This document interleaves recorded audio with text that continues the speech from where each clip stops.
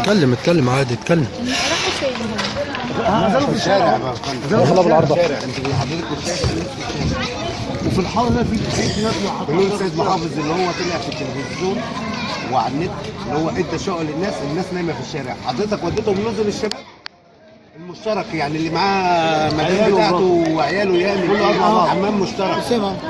واسامه واقفه تمام. السيد رئيس الحي عمل ايه للناس دي غير اللي هو شغل اسامه عشان يخلي في حاجه؟ احنا اللي واقف جنب الناس دي لجنه حقوق الانسان والشرطه، غير كده ولا شفنا السيد المحافظ ولا شفنا ولا مدير الامن كان موجود. ما شفناش رئيس الحي عمل اي حاجه للناس دي.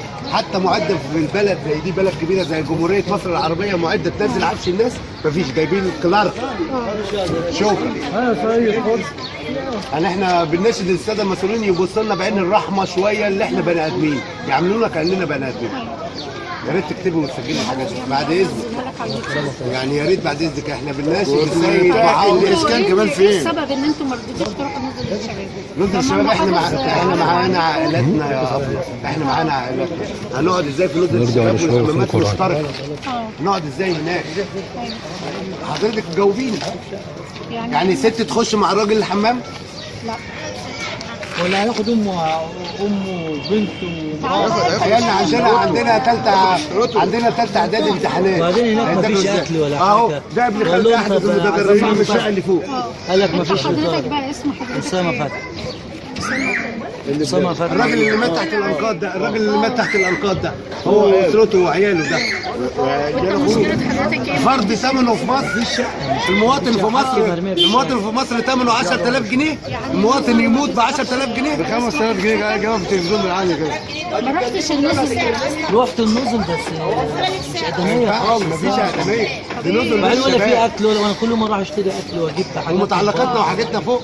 وبعدين طيب يدونا شقه واحنا بقى ما عندنا حاجتنا.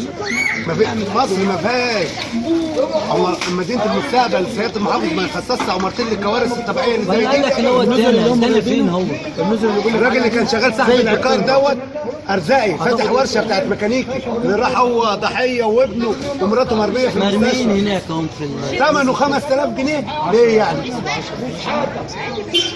ليه ده لو الفراخ ثمنها العجل بنجيبه في العيد اغلى من كده. خلاص ده منظر ملوش وجود. في الجزء العسل فضايح الدنيا كلها كده. اتفرج علينا ما ينفعش. العقارات المنهاره ديت والناس اللي ماتت تحتها باباطات.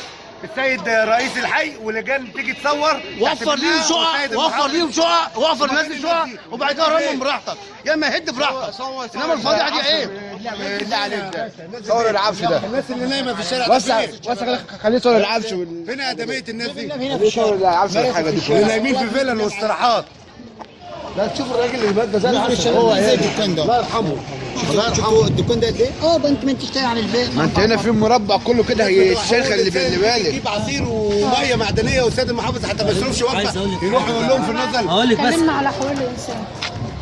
يعني احنا بنشكر حقوق الانسان بصراحه، يعني اللي هم جابوا ميه وعصير للناس وراحوا مع الناس يشوفوا مصلحتهم ويشوفوا المستشفى ويشوفوا السكن ليهم اداري في الشركات المستشفيات اللي تراعيهم.